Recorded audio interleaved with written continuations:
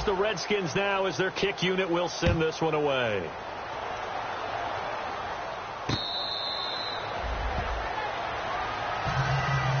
Here's the Los Angeles offense as they get set to take possession. And with time quickly fading here in the second quarter, not sure how aggressively, offensively they want to play this.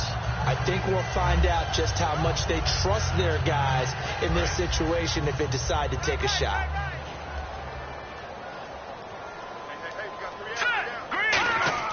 They go back to the air here after the INT on the last drive. He's going to loft one deep. It's caught inside the 25. They practiced this all week. Pretty clear it paid off there. Threw it downfield, made it look relatively easy.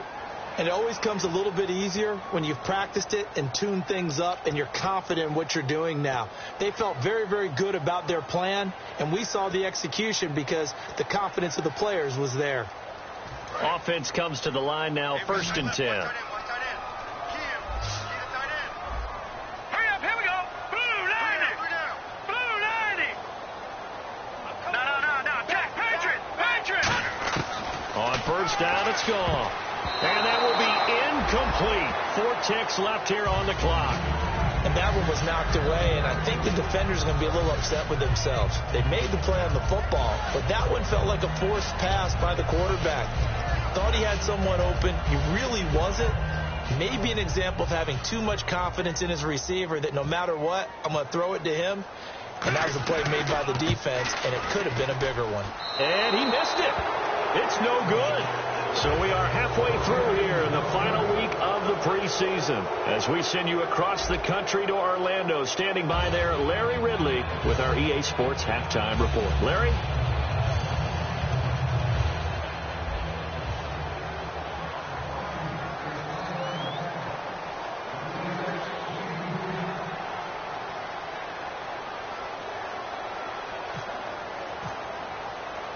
So both teams have their marching orders, and we'll get going again here in quarter number 3. And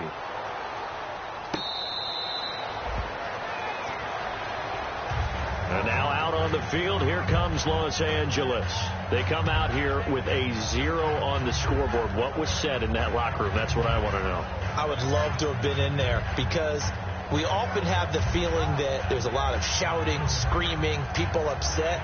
But typically, halftime locker rooms are a lot more clinical than that. And in this case, are they upset that the plays weren't working because of execution, or did they think they were just bad plays to call? Yeah. We'll find out pretty quickly here if they feel like they had something going, but they just need to do it a little bit better or not. We'll find out. A handoff to start the drive to Mason. Trying to turn the corner, but they string him out and stop him at the line of scrimmage. No gain, and it's 2nd down. They're down here in the 3rd quarter, trying to get something going to the outside there. Didn't work out, though. Yeah, and from the cheap seats and from where you and I are sitting, we did pay a pretty good price to get in here, right? You often wonder to yourself, why do you make that type of a call? That one went for no gain. But I think this offense thinks to itself, if we keep running these plays, eventually something may pop. It just didn't on that one. So incomplete on 2nd down. Now they'll look to convert here on 3rd. Green 39. Green 39. Watch it now, Barney. Throwing on 3rd. Gone. Deep drop. And he takes a shot on the release as this will be incomplete. Josh Huff, the intended target. And that'll bring up a 4th down. Here's Johnny Hecker now. On for his 2nd punt. He'd take a repeat of his 1st. He gets this away. It's a good one. Drawing toward the sidelines. There, this punt will go out of bounds. I think it'll be inside the 25, and it will. Right at the 24-yard line is where they'll spot it. A look at the offense now here, coming back out on the road for their first possession of the 2nd half. They have the lead here. Well, we talk a lot about pregame speeches. What are halftime speeches like? For the most part, not nearly as emotional. They're a lot more clinical. Every now and then, they'll get out here if they think they need to light a fire. But in this case, let's go into the virtual locker room, because here's what I think happened. They got in there and they said, listen, let's take control right away. Defense, we've got the lead. Defense, don't give up any points. Turn the ball back over to the offense and let them go down and score and give us more of a cushion in the game. check so far. It's caught inside the 25. Touchdown, Washington. A big play there. Ready for the regular season with his second touchdown of the game. And the Redskins find a way to stretch their lead. Now it's Hopkins to add the extra point. It's good, and they stretch their lead to 28-0 now. The kickoff unit is out on the field, and they will send this one away. That's fielded in the end zone. Now the Rams offense, they work their way back on the field. And last drive, 3 and out. Still a goose egg on the scoreboard. How do they break that goose egg? They've got to find a way to get the ball in the hands of their playmakers, give them some space, and try and make a first down and get some momentum going. It's been a struggle for them throughout the game, and that 3 and out on the last possession, that told you just how stalled they are on offense. So who will step up here? We'll see. Now Goff on first down. It's a short one here, complete to his tight end. Give him a couple on the catch. It's 2nd and 8. Got to give credit where it's due. Really nice defense on that play. The pitch and catch was successful, but not any run after it. Now let's go. On 2nd down, here's Goff. He's going to air one out. That's caught inside the 20. Touchdown, L.A. Bryce Butler. 59 yards.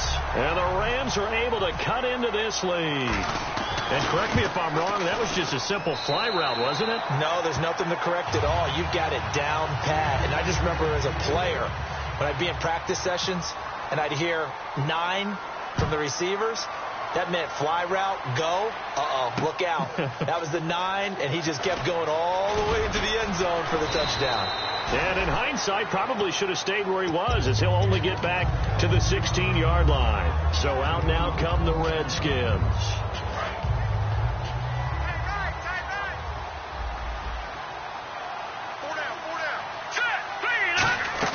They go play action here on first down.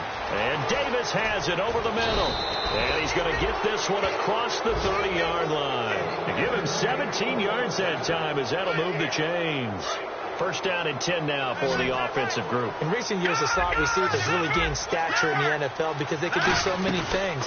Yes, they can line up wide like your normal wide receiver, but they have that kind of courage and toughness to run routes in the middle of the field and become dependable targets for their quarterbacks and move the sticks.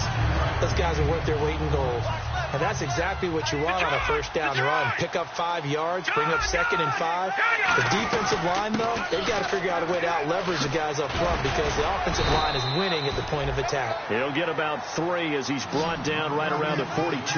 Michael Brocker's in on the stop. Looks like a nickel set here defensively on 3rd and 2. Yeah, maybe expecting a throw.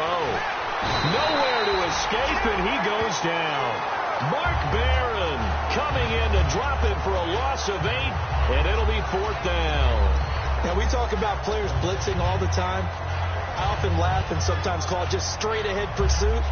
What a running start right back to the backfield for him. Yeah, it really didn't give anybody a chance to get up there and stop him. No, I mean, that's really, really difficult. You're asking a whole lot anyway, but when he gets that kind of a start and comes through clean, oftentimes the advantage definitely goes to the defensive player. They'll need to get the play off quickly. They're going to try and throw. A hit as he throws, and this is going to be incomplete. Boy, a curious decision to go for it. Doesn't pan out, and the Rams get the football in outstanding field position. They come out here in the eye. Now they run. It's Mason. And he'll get this down to about the 30, 31-yard line. 2 yards on the pickup there. It'll be 2nd and 8. I do know from experience that when you slow down someone's running game, you're now doing the dictating on defense. And guess what? Now you're getting ready to tee off on their quarterback because they have to throw it all the time. But you still have to be alert for the draws and other plays of that nature to make sure you don't get hurt.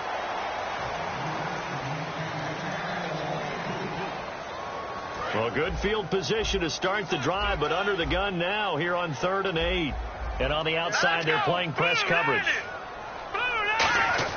Now it's gone. And this is going to be incomplete. He was in search of his tight end, Tyler Higbee. Now 4th down. So on 4th down, Goff will yield to Greg Zuerlein for the field goal try. On the left hash, this from 48 yards. And this one is right down Broadway. And the deficit drops now from 21 down to 18. So he missed a field goal earlier, but he says not this time, and he's able to knock it through to give his guys 3. And that's all you want as a kicker, a chance to redeem yourself. You got to have a short memory if you're going to survive at this level, and he's able to get back on track. And they will not get a chance to return this one as it's through the end zone for a touchback. A look at Washington as they come onto the field. And on that last drive, went for it on 4th, turned it over. A good job by their defense, though. They held them to 3, but this offense, they've got to be a little bit better, a little bit more careful here. And sometimes when you see these calls on 4th down, when they decide to go for it, it's not necessarily the coach saying, I believe in my offense. Sometimes the coach saying, I believe in my defense. I can afford to go for it here, because if we don't get it, I don't think we'll give up more than 3. And that's exactly what happened there. You think that factored in? I do. I think that he had that in his mind going into the game, that I'm going to be aggressive on offense because I know I've got a defense that can hold up their end. Back now in Los Angeles. It's the Redskins with the football and the lead as we start the 4th. So here we go, 1st and 10 now.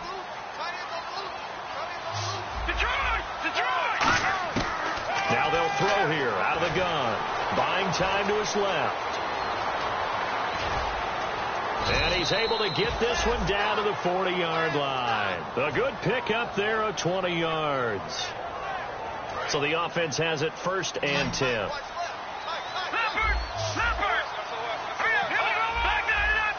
They come out 5 wide, 3 of them to the right side.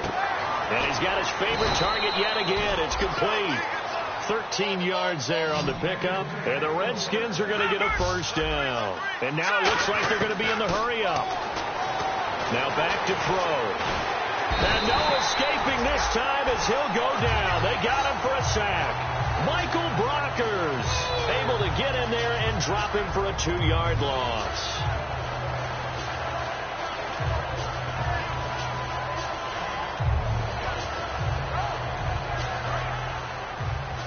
And the D-line pinching together must be expecting to run. From the shotgun, he'll look to throw. And this one is incomplete. Looking to jam the receivers at the line here. Press coverage look defensively. On 3rd down, he'll drop to throw. Flush to his right. He may try and run for this. That one good for 16, and the drive will continue. That was an excellent job of recognizing the situation. His first read wasn't there. Heck, his second read wasn't there. But he bought himself a little extra time scrambling out of the pocket, got to the sticks, and picked up the 1st down. This will be caught at about the 5. Give him 9 there on the 1st down completion. Slant route's effective no matter who's running the route and catching the ball. But when you have a receiver of that stature, you have to be a little bit more precise throwing it. You don't have the same catch radius with the bigger targets. It's a 3-yard pickup, and that sets up a 1st and goal. Offensively, they liked their situation, so they tried to take a shot downfield, but no one was open. So it was tuck it in run time, and he picks up a 1st down. They come out here in the eye. They'll try, and he is into the end zone. Touchdown, Redskins. It's their quarterback scoring on the sneak from a yard out. And the Redskins are going to add on to their lead. And he's been a busy man, 5 for 5 now as he knocks another one through to extend the lead. The kickoff team on the field now as they will send this one away.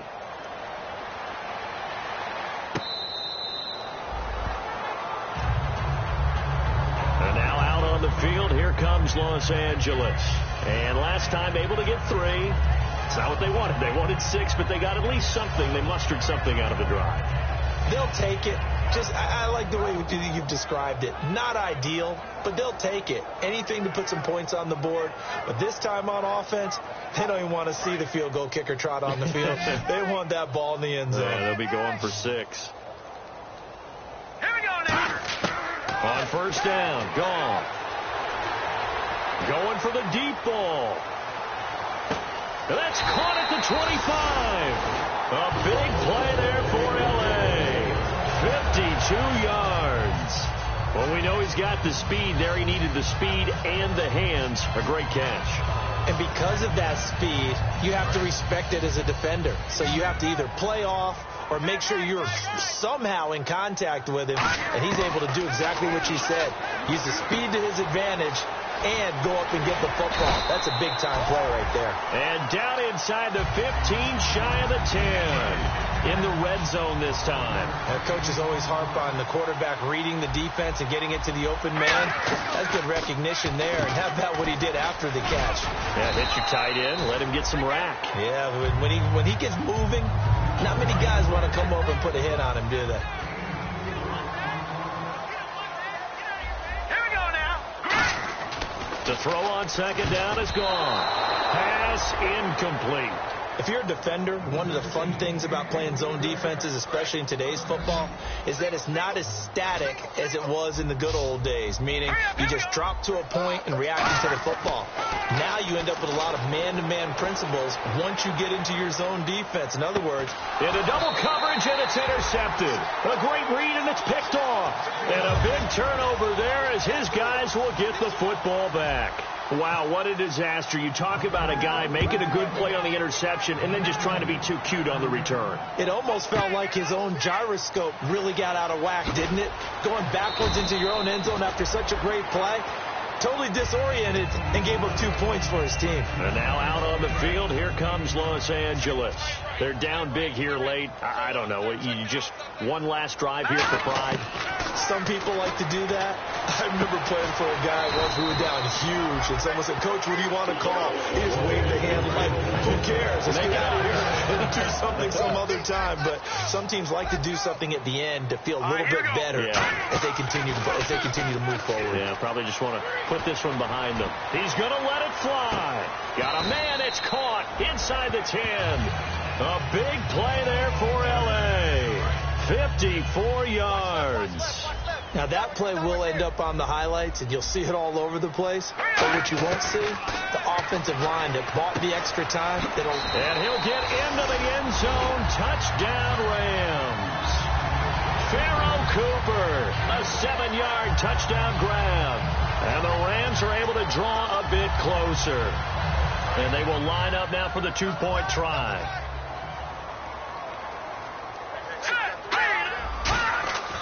Goff looking to throw. And for a third time tonight, he's intercepted. A great read, and it's picked off.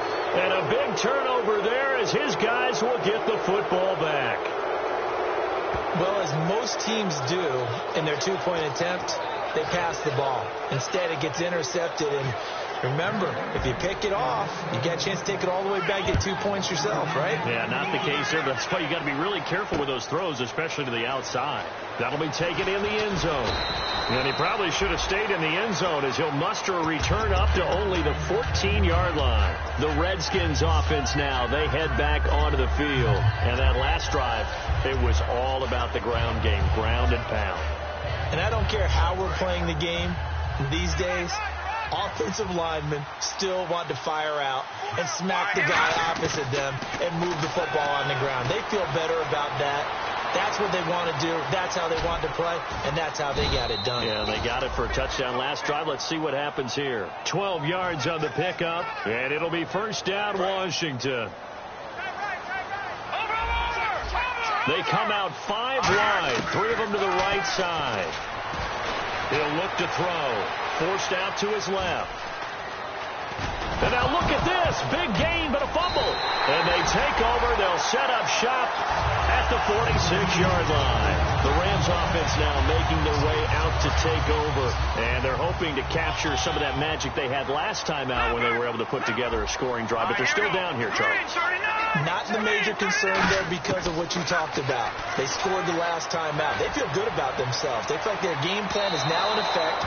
They know how to attack and what plays they want to put together. But they've got to keep it moving in the right direction because, as you did note, they are down on the scoreboard.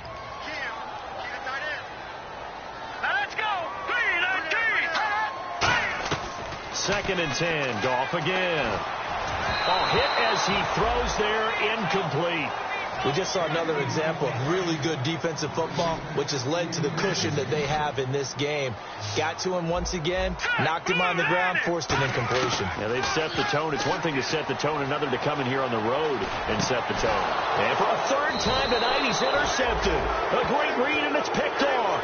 And his guys are going to take over at the 34-yard line. The Redskins offense now, they get set to take over here.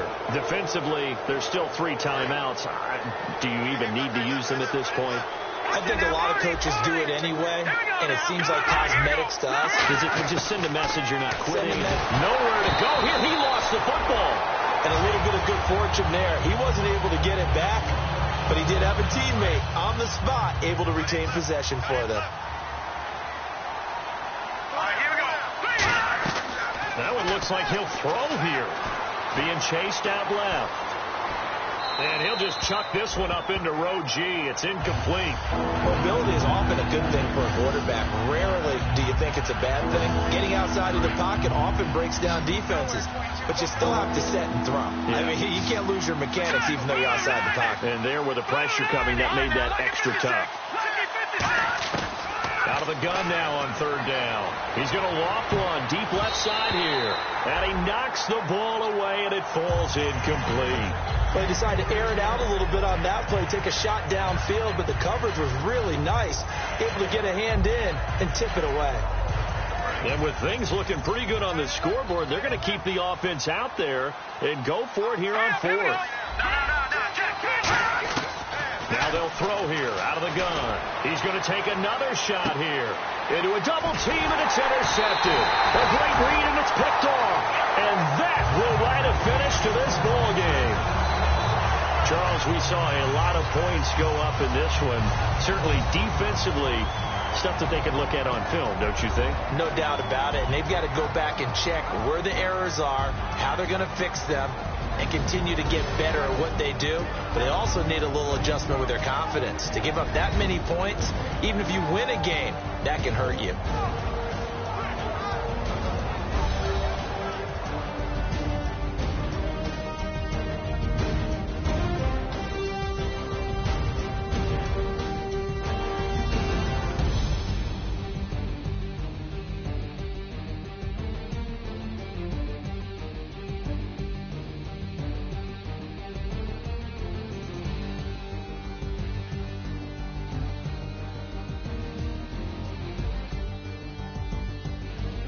So that'll do it for us. For Charles Davis and all our crew, I'm Brandon Gaudin. You've been watching the NFL on EA Sports. With that, we say good night from Los Angeles.